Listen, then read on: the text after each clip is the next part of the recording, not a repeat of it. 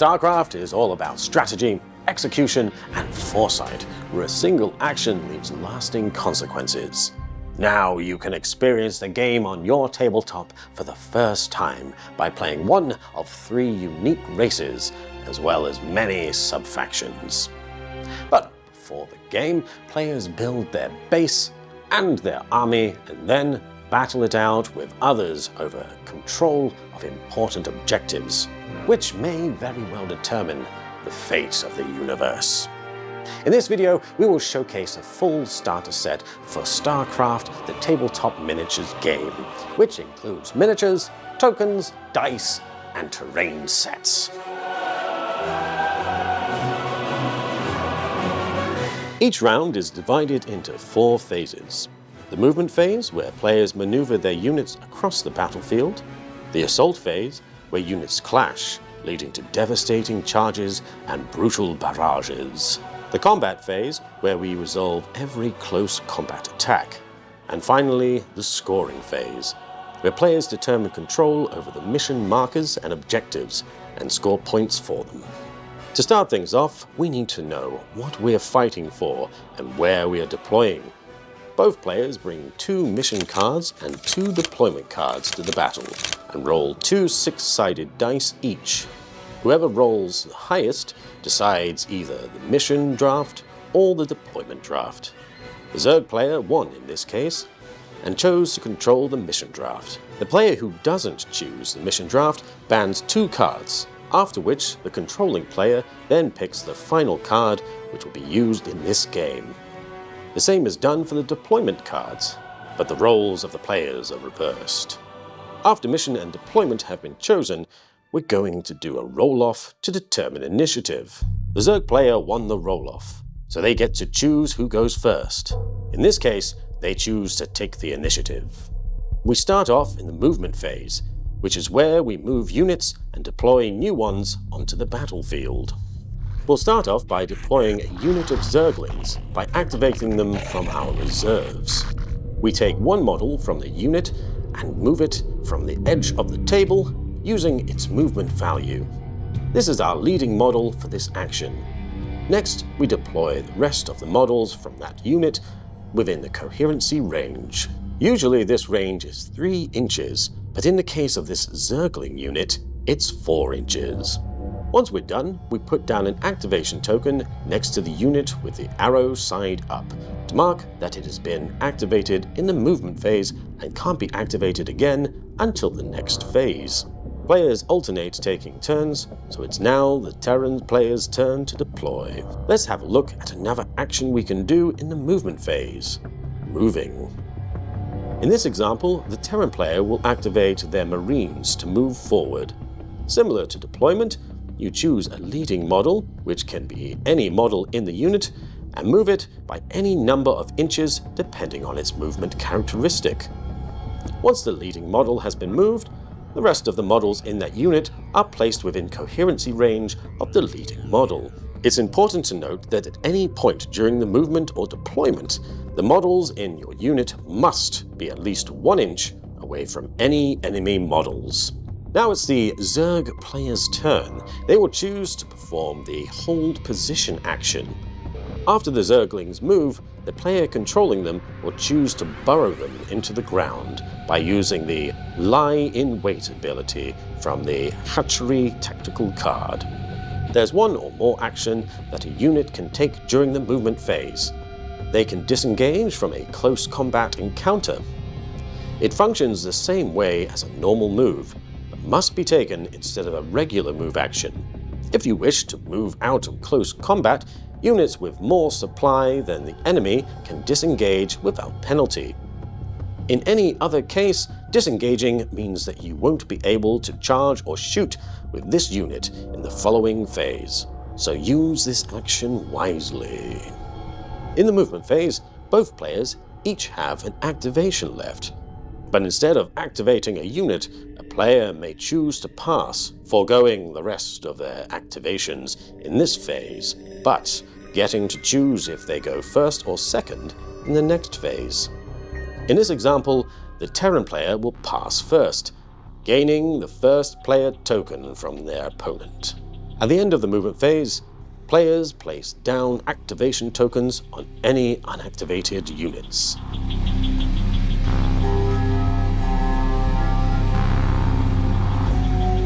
Next, we have the beginning of the assault phase.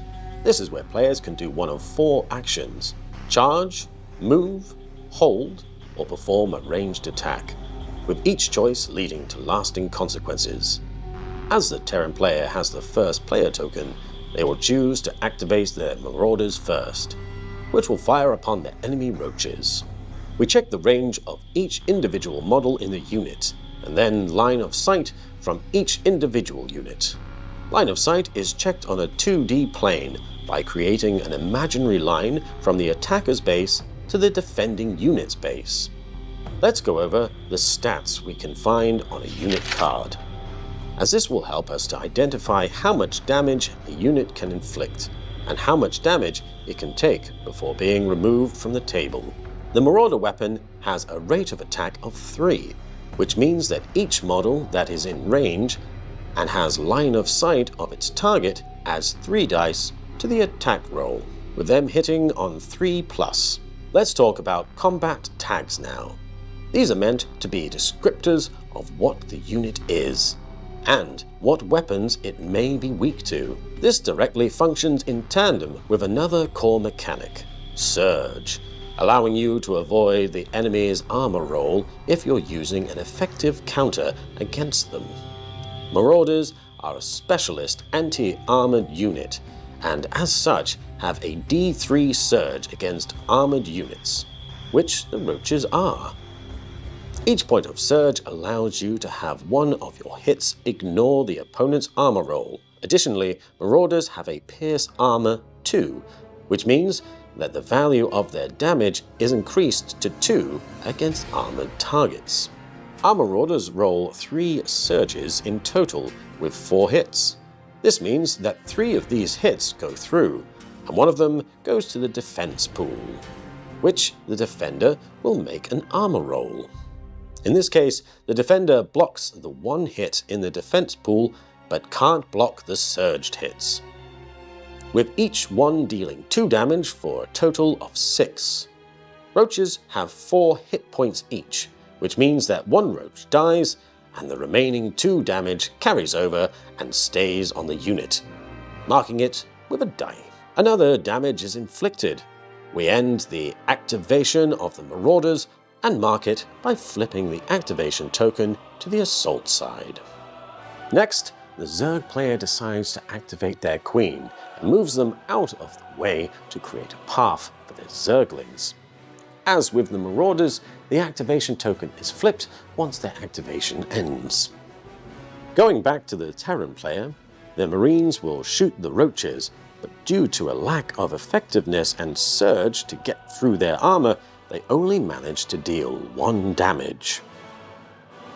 Now, the Zerg player will charge at the Terrans. They activate their unit of Zerglings, and using the Roach Warren tactic card, they are able to immediately unburrow without expending a normal action, allowing them to immediately charge. When declaring a charge, we choose a leading model and a target for the charge. Then we roll a d6 and add our speed characteristic to the results. This is the amount that our leading model could potentially move. If moving the leading model towards the target would put you within an inch of the target, the charge is successful and you may place your leading model there, with the rest of the models as close to the target as possible. Zerglings have a speed of 4 inches and the Marines are 8 inches away, which means that we need a result of 3+ for the charge to be successful. If you don't roll enough and the charge is unsuccessful, the unit stays in place. The charge was a success, what ho, and the Zerglings now close in on the Marines, following the leading model and staying in coherency, and are able to move closer than 1 inch to the Marines, as the 2 units are now engaged due to the charge. Zerglings have Devastating Charge as a special ability. This means that whenever they successfully charge a unit, they perform a number of attacks equal to the number of models that would be eligible to perform a close combat attack. In the case of these Zerglings, each model has impact hits with one attack that hits on a 5+. 4 of these hits land, and the Terran player must take a 5+ armor roll on their Marines. Fortunately, they end up saving 3 of these hits, which means that they only take 1 damage, marking it with a die. Now it's time to activate the Marines that were just charged. They can now shoot at the Zerglings that charge them. 5 of the Marines have a C-14 rifle as their main weapon. This gives them 10 dice that hit on 3+, as well as a D3 surge roll because it's effective against the lightly armored Zerglings. After resolving this batch, the last Marine uses his AGG-12 sidearm weapon. 5 hits and 2 surges, so the Zerg player must make 3 armor rolls. Unfortunately, none of them are blocked. Oh dear. But as the Zerglings are already engaged in close combat and are being shot at, they get an evade roll, increasing their survivability. 2 successful evade rolls means that only 3 of the 5 hits deal damage, removing 3 Zergling models. As in the movement phase, the first player to pass in the assault phase gets to choose if they receive the first player token or not. Once both players have passed, we move on to the close combat phase. Starting with the first player, this is where engaged units attack each other with melee weapons. The Zerglings are activated first, and they have a powerful attack. Each Zergling model provides 2 dice with a D3 surge against a lightly armored Marines. In close combat, only models which are at least 1 inch away from an enemy and any supporting models may perform an attack. The Zerglings roll 9 hits with 2 surges, so the Terran player now makes 7 armor rolls for their Marines, which block on 5+. 4 successful armor rolls brings the total down to 3 hits, and when adding the surge hits, the total damage is 5. Each Marine has 2 health, but as one already took a point of damage from the initial charge, 3 Marines are removed. In melee combat, we first and always remove models which aren't engaged with an enemy. As at least half of the Marines have been removed, their supply drops by 1, making them less effective at controlling points by freeing up space for other units to enter the battlefield. Moving to the Terran player, they activate Marines to attack the Zerglings with the bayonet weapons. Each Marine has 2 dice and hits on a 5+. 2 units with the bayonets. This means the Zergling player performs 2 armor rolls on a 6+. But unfortunately, they don't manage to block any of the hits. So now you know how to play StarCraft, the tabletop miniatures game. How about you head on over to the link below and pick yourselves up a starter set, a Protoss set, or why not go for both? Well, until next time, cheerio.